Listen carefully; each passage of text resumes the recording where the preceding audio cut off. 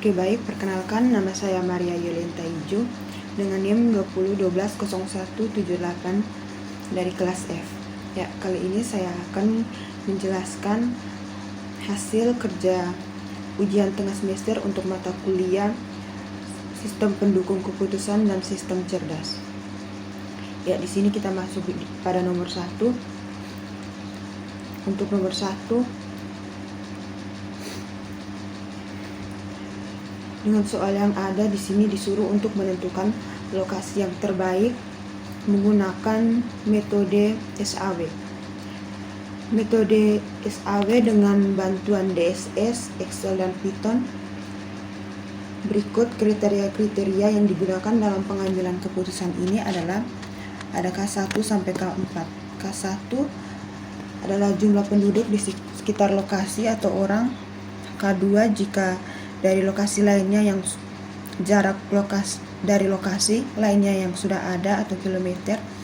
K3 tingkat persaingan dengan minimarket lain atau skala 1 sampai 10, di mana 1 adalah persaingan rendah dan 10 adalah persaingan tinggi. K4 kemudahan akses lokasi atau skala 1 sampai 10, di mana 1 sulit diakses dan 10 mudah diakses. Berikut ada bobot untuk masing-masing kriteria. W1 0,40 jumlah penduduk, W2 0,10 jarak dari lokasi lain, W3 0,30 tingkat persaingan, W4 0,20 kemudahan akses. Berikut ada data dari masing-masing lokasi.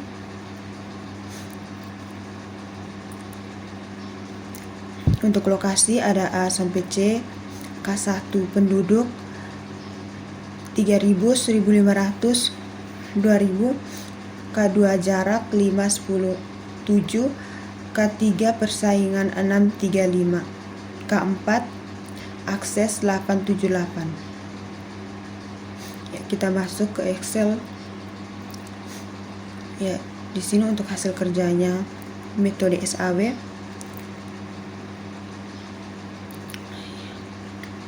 Ya, di sini ada matriks, alternatif, dan kriteria. Untuk alternatifnya ada lokasi A, lokasi B, dan lokasi C. Selanjutnya untuk kriteria ada K1 sampai K4. Untuk lokasi A, K1-nya 3.000 sampai dengan K4-nya 8, dan lokasi C 2.000 sampai dengan K4-nya 8. Berikut di sini terdapat nilai minimal dan maksimalnya, hasil penjumlahan dari lokasi A sampai lokasi C.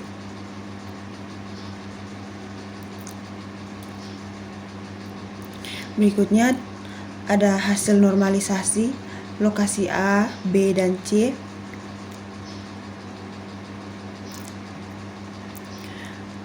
Untuk lokasi A hasilnya 1 didapat dari 3.000 dibagi dengan 3.000, maka menghasilkan 1 sampai dengan K4 di sini 8 dibagi dengan 8 yang menghasilkan 1. Sampai dengan lokasi C seterusnya di sini 0,66 hasil dari 2.000 dibagi dengan 3.000 yang mana menghasilkan 0,66. Selanjutnya untuk lokasi C 8 dibagi dengan 8 yang dimana menghasilkan 1. Selanjutnya di sini ada bobotnya ada W1 sampai W4. W1-nya 0,4, W2-nya 0,1, W3-nya 0,3, dan W4-nya 0,2. Kita masuk di SAW. Untuk lokasinya A sampai C, terdapat nilai dan peringkat. Untuk lokasi A 0,85 peringkatnya 1, lokasi B 0,723 peringkatnya 2, lokasi C 0,71 peringkatnya 3. Untuk lokasi A ini didapat dari didapat dari 0,4 dikali dengan 1 ditambah dengan 0,1 dikali dengan 1 ditambah 0,3 ditambah dikali dengan 0,5 lalu 0,2 dikali dengan 1, yang mana menghasilkan 0,885 dan peringkatnya 1. Begitupun dengan lokasi A sampai dengan lokasi C, sama perhitungannya dengan lokasi A. Berikutnya kita masuk di nomor 2. Nomor 2 soalnya sebagai berikut. Di sini menggunakan metode WP.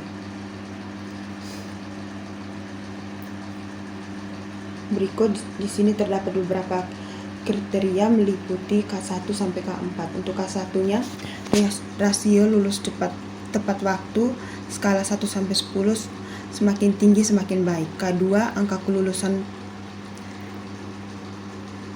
presentase semakin tinggi semakin baik. K3-nya jumlah penelitian yang diterbitkan per tahun.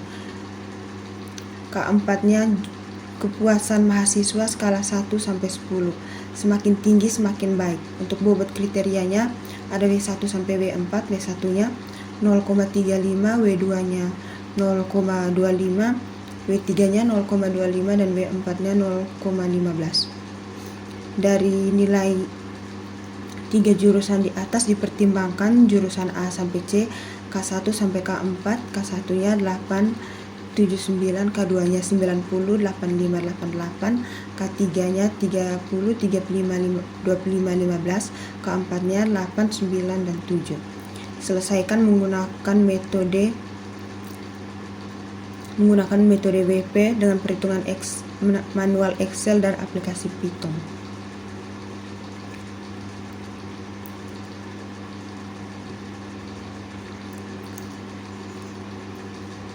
Ya, jadi di sini untuk metode WP-nya terdapat alternatif A sampai C dan kriteria K1 sampai K4. Untuk alternatif A, K1-nya 8, K2-nya 90, K3-nya 30, K4-nya 8. Begitupun sampai dengan alternatif C, K1-nya 9, K2 88, K3 15 dan K4 7.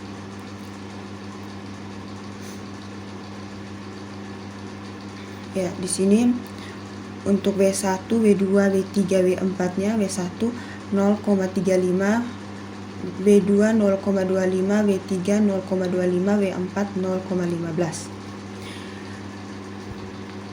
Di sini untuk benefit dan cost-nya, benefitnya K1, K2 dan K4, cost-nya K3.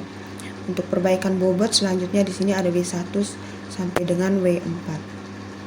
Untuk W1-nya ini didapat dari 0,35 dibagi dengan 0,35 ditambah dengan 0,25 ditambah dengan 0,25 ditambah dengan 0,15, yang mana menghasilkan 0,35. Begitupun seterusnya sampai dengan W4, penjumlahan sama halnya dengan W1.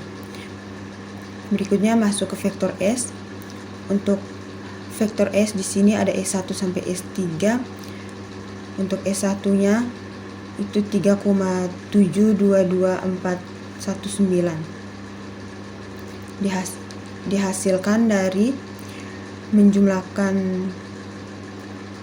8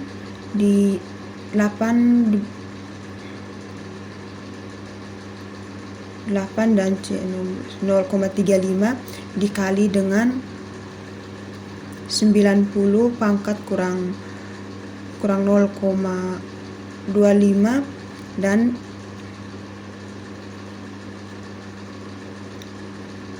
8 pangkat dikali dengan 0,15, yang mana menghasilkan jumlah vektor S1 ini. Begitupun seterusnya sampai dengan S3 perhitungannya. Selanjutnya masuk ke perhitungan F. Di sini ada F1 sampai F3. Untuk F1-nya 0,3111517. Yang mana di sini 3,722 dibagi dengan 3,722.419 ditambah dengan 3,73071 ditambah dengan 4,4962119.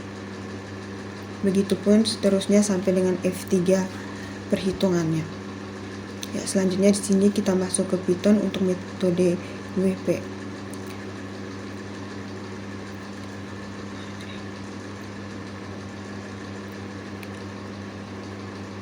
Ya, jadi di sini saya akan menjelaskan hasil di Python untuk SAW yang nomor 1 sebelumnya. Ya, jadi skripnya sebagai berikut. Ada nilai alternatif sampai dengan alternatif kriteria. Untuk alternatif di sini A1, A2, A3, kriteria C1, C2, C3, C4, cost benefit, cost benefit. Kepentingan 0,4, 0,1, 0,3 dan 0,2. Alternatif kriteria 3000. Ya, di sini dapat dilihat dalam skrip. Selanjutnya di sini ada print alternatif sampai dengan print alternatif kriteria. Lalu ada skrip pembaginya dan skrip normalisasi sampai dengan print alternatif ranking dan print hasil ranking.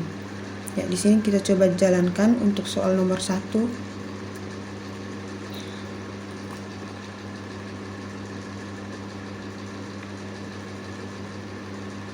Ya, setelah dijalankan maka hasilnya akan seperti ini. Dapat dilihat pada layar. Ya, selanjutnya di sini untuk metode WP.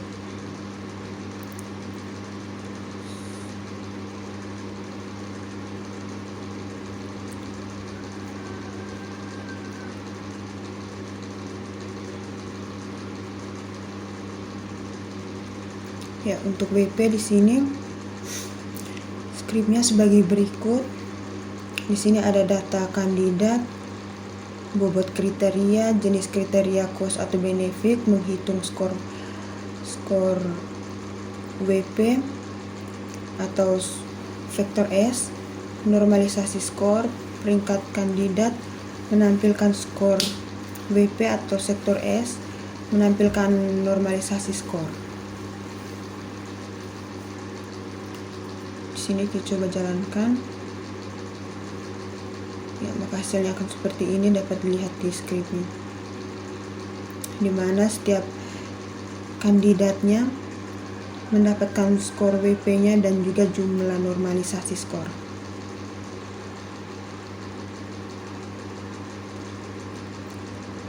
Berikutnya di sini kita masuk ke nomor yang ketiga. Untuk nomor yang ketiga di sini ada sebuah studi kasus.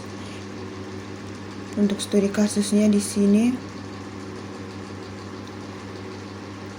terdapat kriteria C dan alternatif A. Untuk kriterianya ada C1 sampai C5, C1-nya biaya implementasi dan operasional, C2-nya fungsionalitas dan fitur, C3 kemudahan pengguna dan user interface, dan C4 dukungan dan update dari vendor.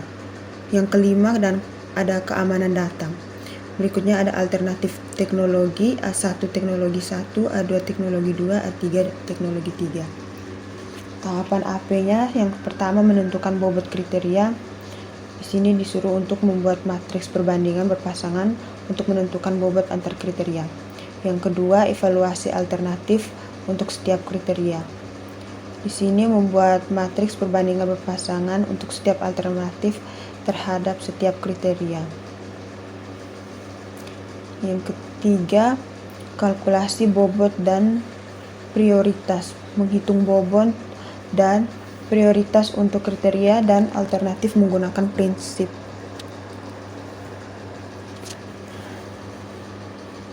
Selanjutnya di sini ada agregasi bobot. Yang kelima ada pengambilan keputusan.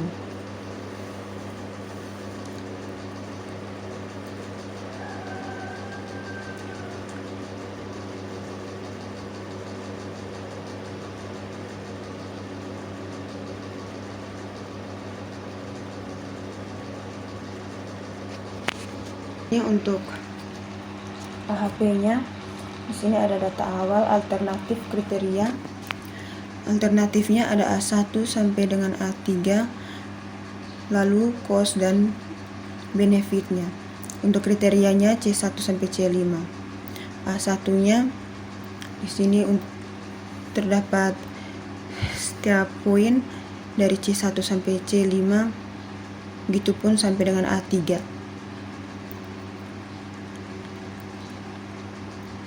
Dan di sini untuk cost benefitnya pada setiap kriteria di sini langsung C1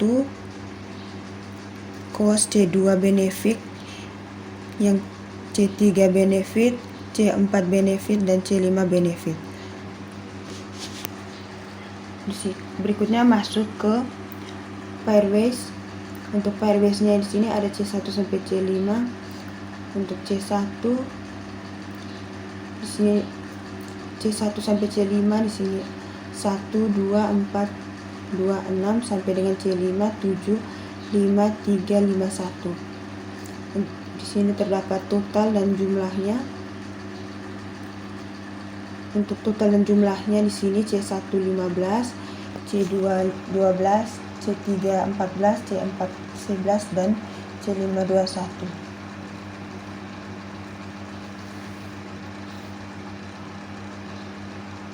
Berikutnya di sini masuk ke normalisasi. Untuk normalisasi di sini C1-nya 0,0667 dihasilkan dari 1 dibagi dengan 15.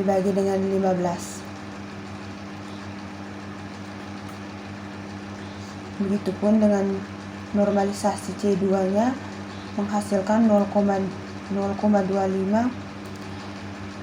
dihasilkan dari 3 dibagi dengan 12. Begitupun seterusnya sampai dengan C5.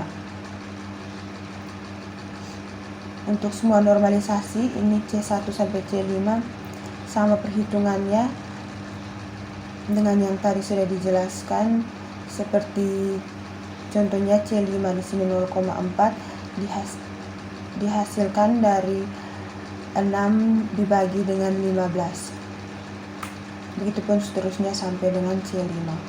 Berikutnya di sini ada bobot normalisasi. Untuk bobot normalisasi ini didapat dari 0 C1 0,0667 dibagi dengan C5 0,3333, yang mana menghasilkan 1,2798713. Untuk eigenvalue-nya di sini menghasilkan 0,25597426, di mana dihasilkan dari C1 dibagi dengan C5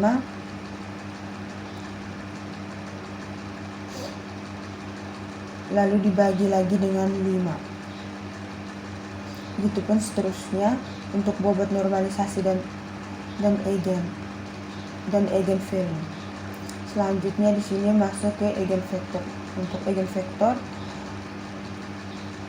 di sini untuk hasil yang sudah ada di sini didapat dari 1 dikali dengan eigenvalue-nya 0,225, lalu ditambah dengan 3 dikali dengan eigenvalue 0,151, lalu 5 dikali dengan 0,182, lalu 3 dikali dengan 1,151, dan yang terakhir di sini ada 7 dikali dengan 0,257, yang mana akan menghasilkan untuk eigenvektornya akan sama halnya perhitungannya dengan yang dari awal sudah dijelaskan. Selanjutnya di sini masuk di T. Untuk T-nya ini dengan hasil yang ada didapat dari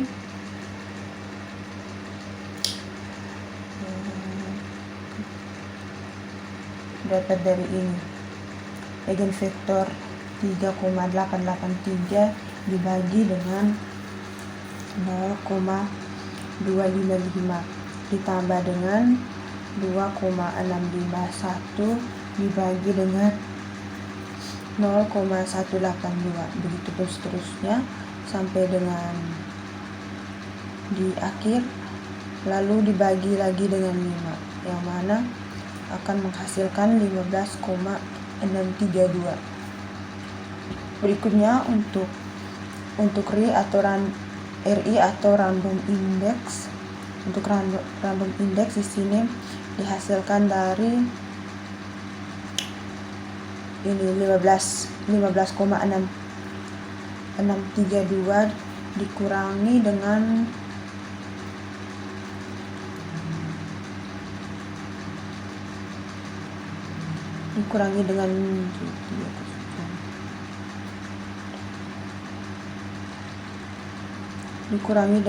J305, lalu dibagi lagi dengan 5 kurang 1, yang mana menghasilkan 3,908, yang mana menghasilkan 0,12. Selanjutnya masuk ke konsistensi. Di sini 3,489. Untuk ini didapat dari ini 3,904 dibagi dengan 1,12. 3,48937 lebih besar dari 0,1, tidak konsisten. Ya. Untuk Excel-nya seperti ini. Selanjutnya kita masuk ke Python.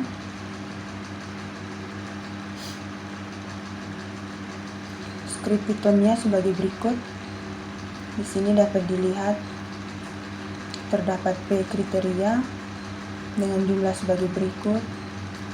Lalu ada perbandingan antar alternatif,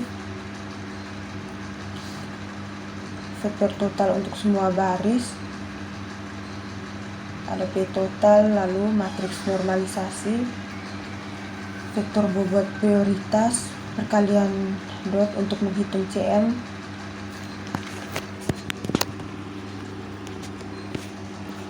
ya. Di sini kita coba jalankan.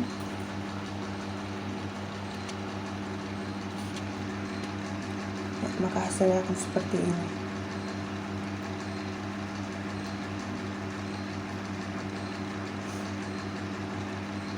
Hasilnya seperti ini, di mana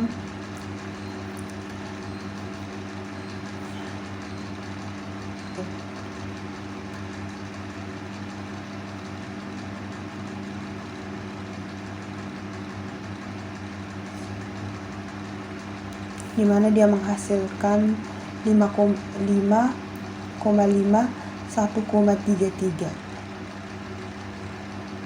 yaitu 2,14363. Ya, jadi ini untuk metode AHP-nya.